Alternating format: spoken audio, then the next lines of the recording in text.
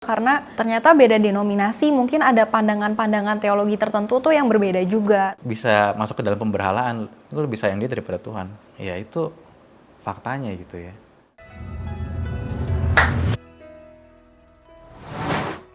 Halo Ko. Halo. Gimana Tan? Baik, cuman Baik. ada pertanyaan nih Ko. Apa tuh? Ini sebenarnya udah pergumulanku dari bulan-bulan sebelumnya sih. Jadi kan aku sama cowokku tuh beda gereja. Dulu tuh aku kira yang penting tuh sama-sama Kristen, yang penting tuh sama-sama percaya Tuhan. Bentar, Tapi ini beda gerejanya beda cabang gereja? Atau... beda denominasi. Oh, beda denominasi. Denominasi kan Iya, istilahnya. iya. Iya, beda denominasi.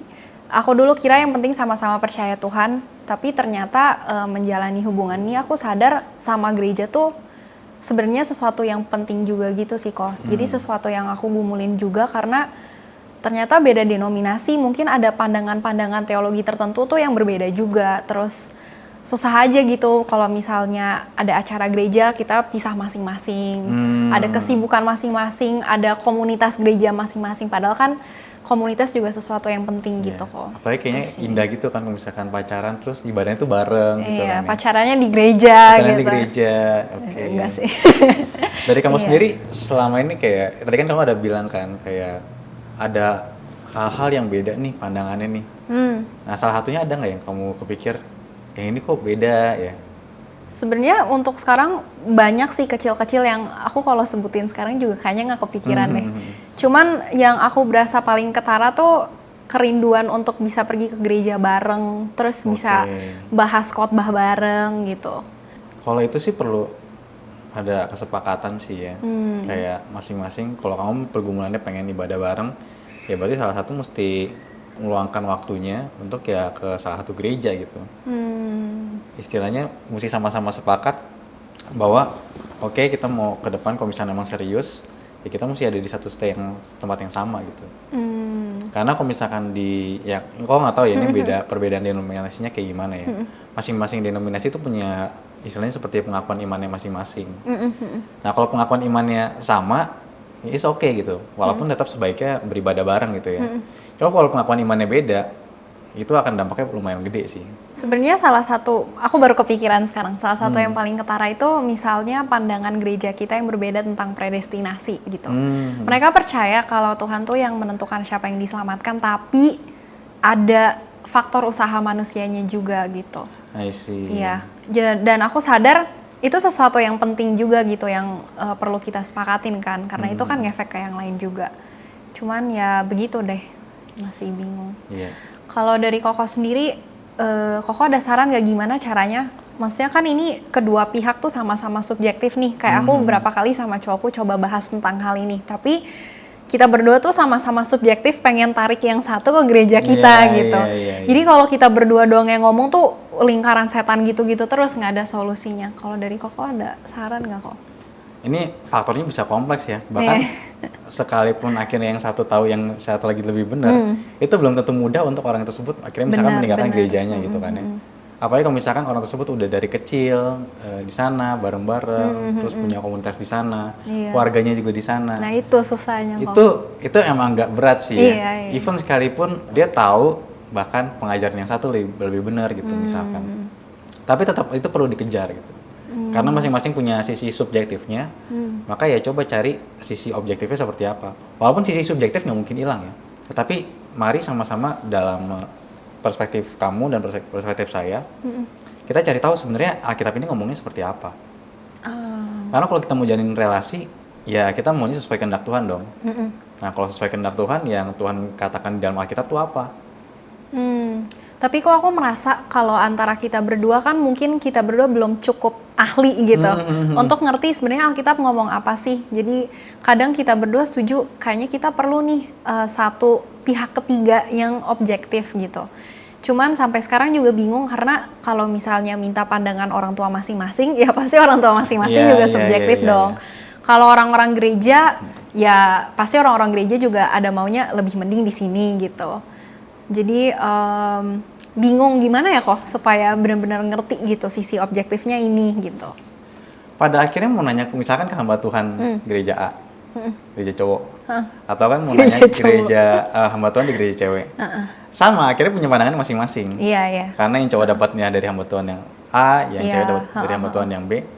Tetapi dari situ kita tuh bisa melihat perbandingannya, maka dibandingkan. Jadi yang satu pegang percayanya A, argumennya apa nih? Argumennya secara Alkitab tafsirannya seperti ini, A, B, C, D. Oh gitu ya? Ya coba sekarang tanya ke hamba Tuhan yang lainnya. Kalau yang pandangan ini argumennya apa? Lalu selain itu juga kita bisa lihat dari sejarah gereja ya.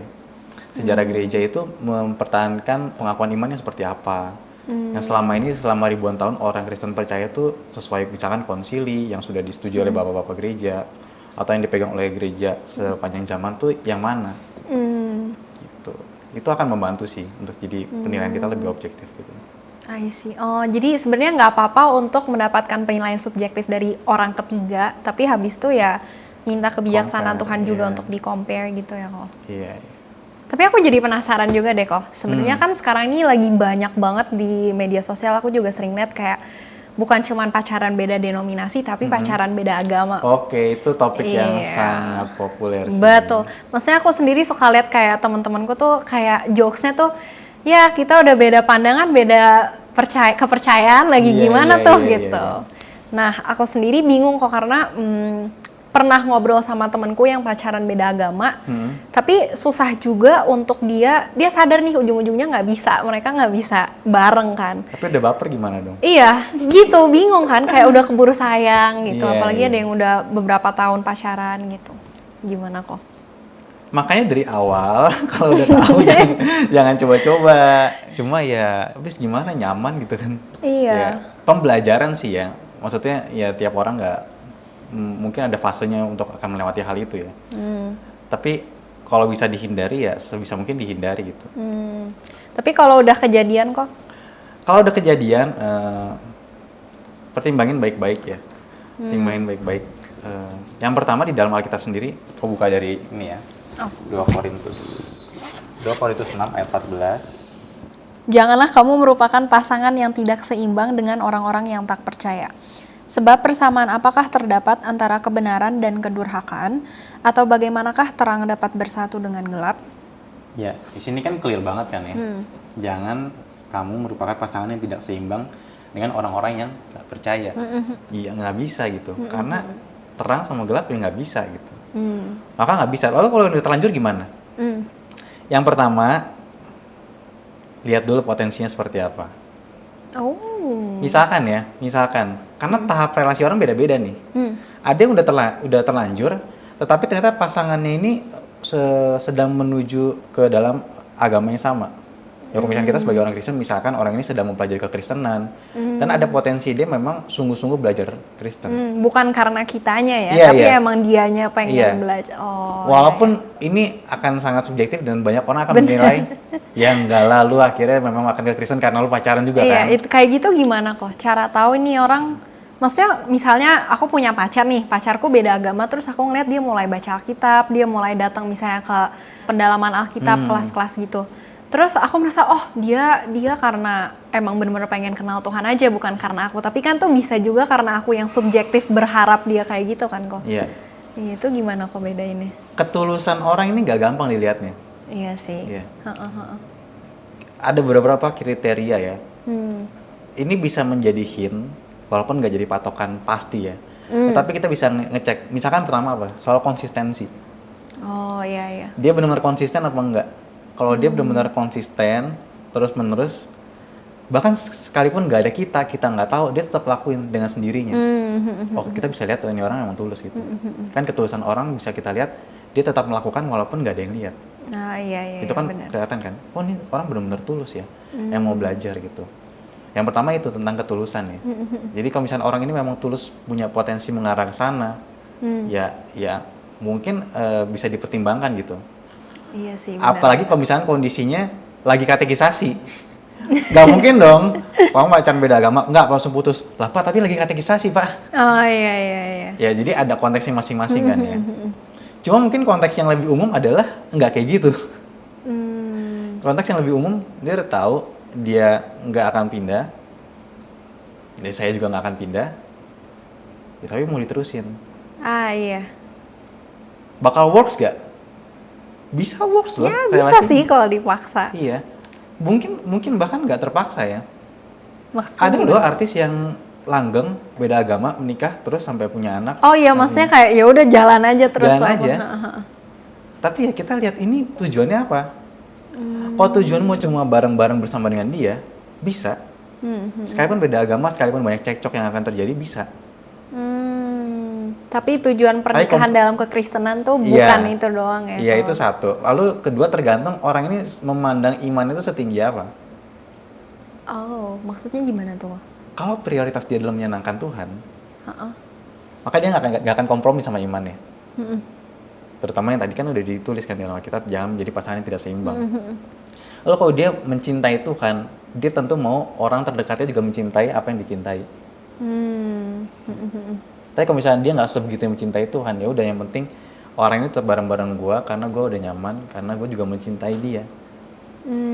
Justru jadi prioritas dia juga dipertanyakan gitu ya kok? Iya.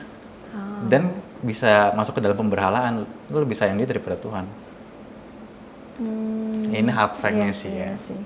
Cuma ya itu faktanya gitu ya. Berat juga. Berat, cuma ya tetap digumulkan ya. Tapi memang bias itu ya antara potensial atau enggak. Dan ada satu perkataan juga, jangan jadi savior syndrome. Nggak apa-apa dong, gue pacarin, ntar gue injilin. Oh iya. Hati-hati. itu bisa seakan-akan motivasi yang tulus, tapi bisa jadi bisikan setan. Nanti siapa yang ketarik sama siapa? Cuman alasan doang ya untuk memperpanjang hubungan itu. Iya.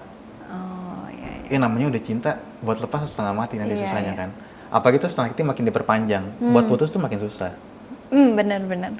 Soalnya kalau berdasarkan, maksudnya pas SMA juga aku ada pengalaman pribadi gitu kan kok. Susah banget untuk akhirnya berkata dengan tegas enggak gitu. Padahal dari awal deket pun aku udah tahu ini tuh nggak bisa. Ujung-ujungnya juga bukan karena harus, tapi aku sendiri juga nggak mau gitu. Tapi, nah ini juga yang aku bingungin sih kok. Karena misalnya nih dekatnya tuh pas SMA gitu. Kenalannya dari sekolah.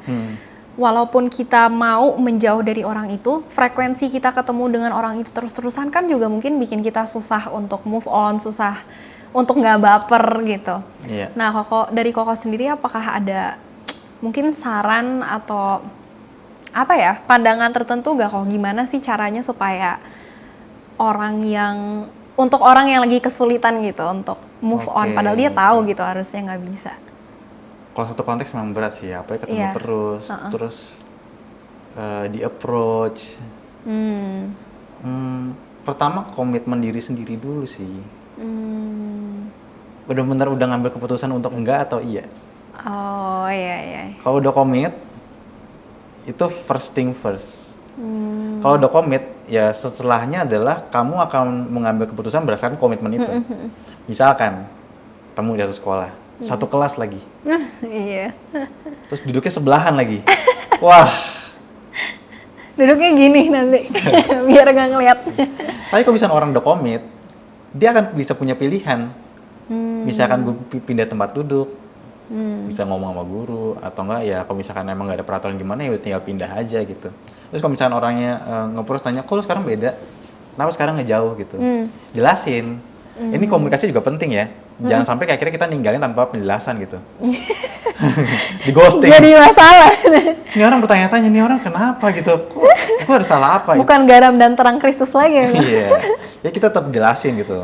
Jadi biar orang itu nggak bertanya-tanya, kan kasihan juga kan. Iya, Jadi tetap jelasin baik-baik.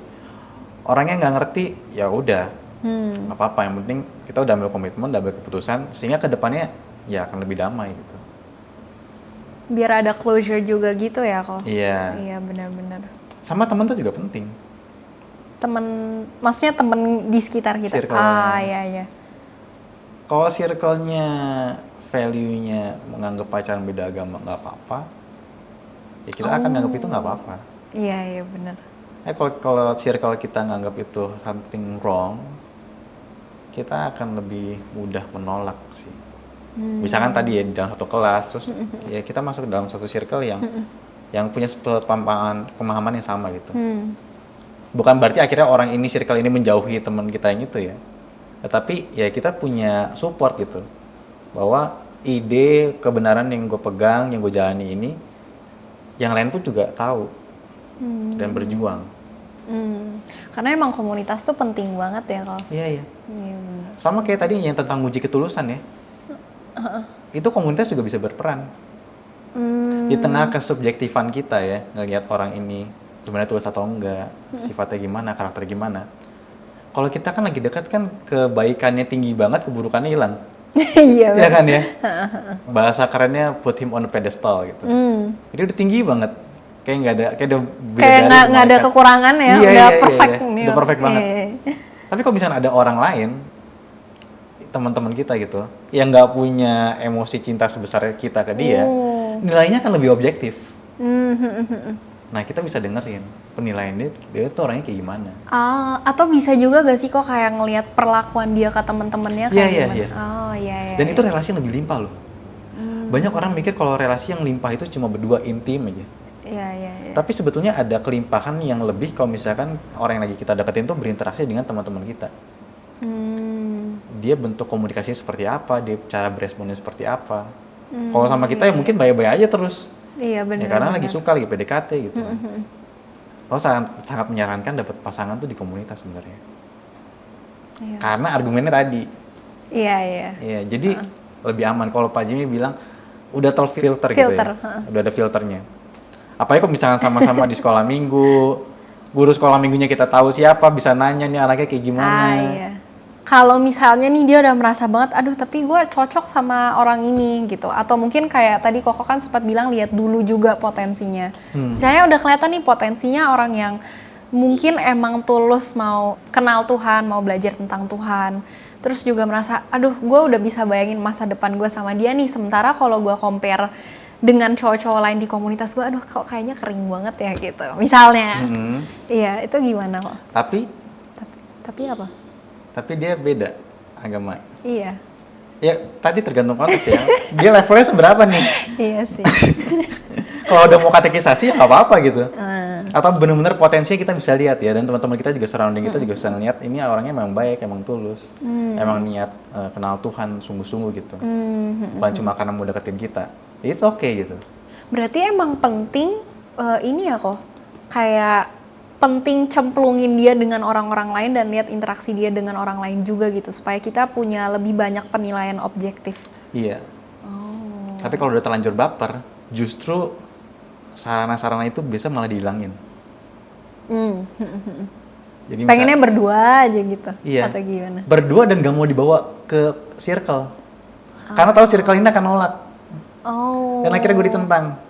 Oh iya, emang cari yang mendukung apa yang kita mau gitu ya kok. Iya. Oh iya.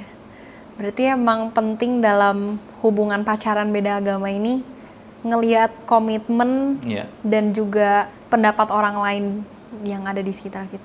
Tapi kok gimana dong cara kita putusin orang yang pacaran beda agama? Pertama ya pertimbangin baik-baik dulu. Tadi setelah udah di scan, udah diperhatiin baik-baik, udah dicoba dikenalin orangnya kayak gimana. Kalau misalkan memang orang ini nggak akan bisa bareng-bareng sama kita, ya udah stop. Buat apa gitu? Iya. Di dalam teologi reform ya, terutama di dalam Westminster Shorter Catechism, kan kita udah disebutin bahwa apa sih tujuan utama hidup manusia? Untuk memuliakan Allah, menikmati dan memuliakan Allah. Nah, good. Untuk memuliakan Allah dan menikmati Allah, ya. Dan Tuhan kita adalah Tuhan yang akan menyuruh kita untuk mengerjakan suatu hal dalam dunia ini. Atau dalam bahasa militer, Tuhan akan kirim kita dalam peperangan. Oh, aku tadi bingung bahasa militer apa? Kita akan diberikan peperangan, misalkan dalam bidang pekerjaan kita, dalam panggilan kita masing-masing, kita tuh punya peperangan kita masing-masing. Cari partner yang kita bisa perang bareng sama dia. Bukan sama dia saya malah perang. Good point. Itu keren banget. Wih, itu kok dapet Kurnia dari, 2023. Itu dapat dari TikTok sebenarnya. Bahasa Inggrisnya, search a person that you can go to war with, not a person that you go war with. Kurang satu kata doang sebenarnya, go to sama go. Iya. Oh, oke. Menjawab banget sih kok. Iya. Karena ya kita punya peperangan loh, kita punya panggilan kita masing-masing gitu. Kalau kita sama partner kita ya cuma hidup berdua, intim, itu akan berikan kenikmatan, tapi yang itu nggak akan nyenangin Tuhan. Dan apakah itu kenikmatannya sejati? Emang mungkin bisa kalau pacaran beda agama ya bisa aja, tapi Bisa, apakah bisa. itu sesuatu yang masanya tentang benar atau enggaknya, apakah itu menyenangkan Tuhan atau enggak? Iya, gitu. iya, Oh, benar. oke. Wow, insightful. Oke Oke. deh. Thank you ya Ko buat Ya, ya, jawaban-jawabannya. thank you, sama-sama.